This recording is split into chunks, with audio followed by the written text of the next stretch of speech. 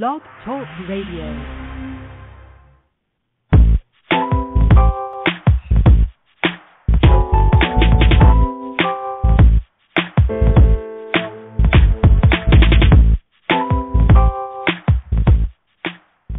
Welcome. You're listening to Perfectly Healthy and Toned Radio with your host, Darren Fat Man McDuffie. And now, prepare to get fat.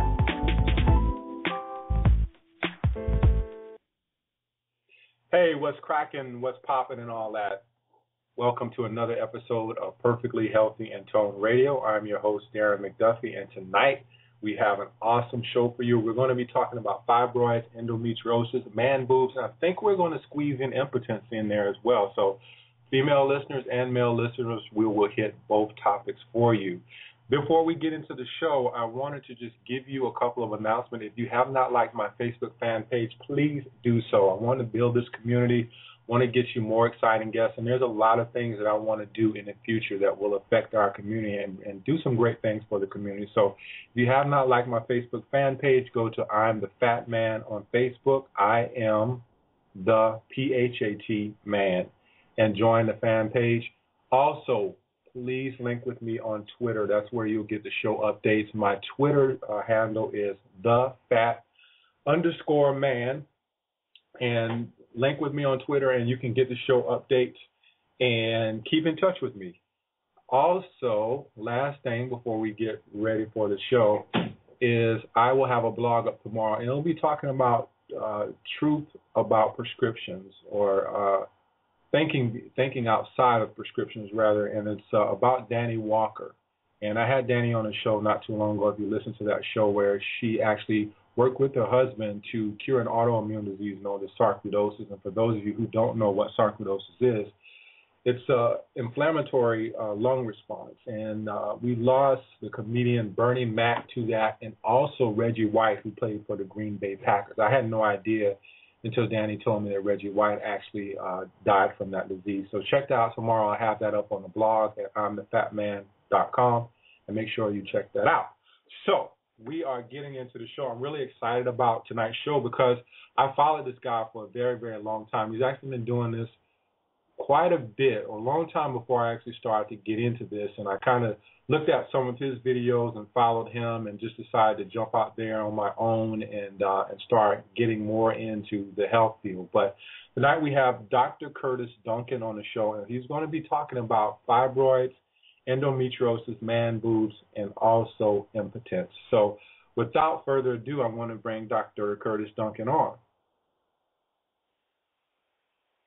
Hey, how you doing today? Thank you for having me on air.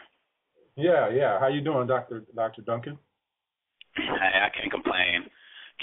Doing well. Just, trying to adjust to this semi-cold weather here in Atlanta now. But all's well, though. All's well. Yeah, I know you guys had quite the winter in there. When we were off the air before we came on, I was explaining to you that I live in Atlanta. I don't miss those winter storms that Atlanta is having. I don't envy you by anything. Yeah, it's been interesting weather they had down here for the past several weeks. So yeah, we have to, it's just to make an adjustment to it. Yeah.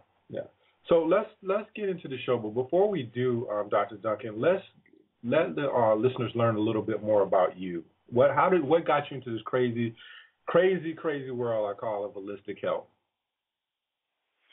Well, what sparked my interest was, number one, I just didn't want to be a statistic. I, just growing up, learn about like heart disease and diabetes, and you see family members suffer from these diseases, and you always hear, it's just a part of life. You get old, you get sick.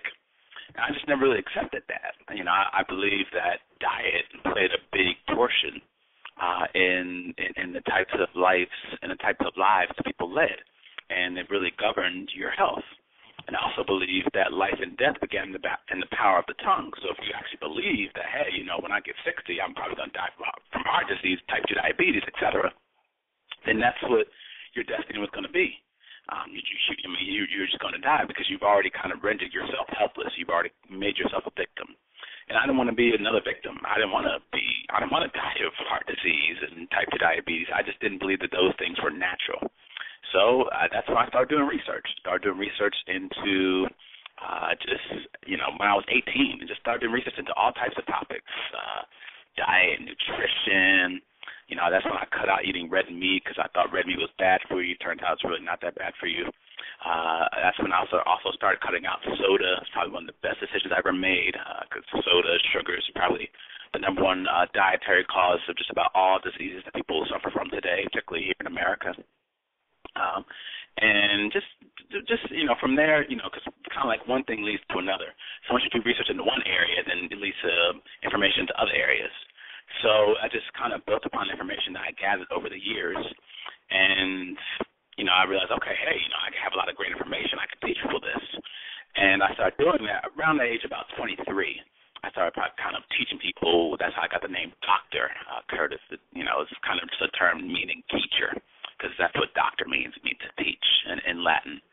So that's when I really kind of took off from there, just really started going full force into it and doing as much research as I could, because I realized people really needed this information, because so many people in this country were just sick, and they just were chronically sick. It's not even just a little ache and pain here and there. And people, have type 2 diabetes, heart disease. They're on three different cholesterol pills and other prescription drugs. So a lot of people in this country just were really sick, and you really can't go to the doctors because the doctors weren't providing good information to people. And of course, really no medical professionals were providing good information because those people were sick themselves. So it's just a matter of where I saw the need for it, particularly amongst family, friends, people that I knew. I just started teaching it because something I was kind of passionate about. I've always wanted to be a doctor. I didn't want to go through med school and, have to get in the $400,000 worth of debt and, spend 10 years. That kind of turned me off even at a very early age. But I always did have that altruistic spirit, if you will, where I wanted to help people. So I always wanted to be a doctor, but, I was kind of turned off by the amount of education and the debt that was going to be required for me to become a doctor. But I kind of became that later on in life just through my own independent studies and research. Yeah. So in your research, and I know you've done a ton of research on different issues, and I know you started to work with women, and you encountered one of the big things that I think women encounter is fibroids, and endometriosis is always out there as well. How did you start studying this, and what were some of the conclusions that you came to after studying these conditions? Well, my initial studies, what I found was that, number one, just because a lot of women suffered from these particular ailments, fibroids in particular, particularly black women. So, it just never made sense. Okay, why is it that black women have such high rates of this particular condition? So, just started doing some digging, and, I remember I was going through a government website, a regular U.S. government web, or just one of those National Institutes of Health website. And it stated that fibroids was caused by estrogen. And it kind of got my attention. I was like, estrogen. Well, are black women producing more estrogen than maybe other ethnic groups, or why? Because estrogen is a natural hormone that women produce. So why is it that just a natural hormone that women produce is driving these tumors? That's not really good. Because it kind of implies that women just naturally get fibroid tumors, and that's definitely not the case.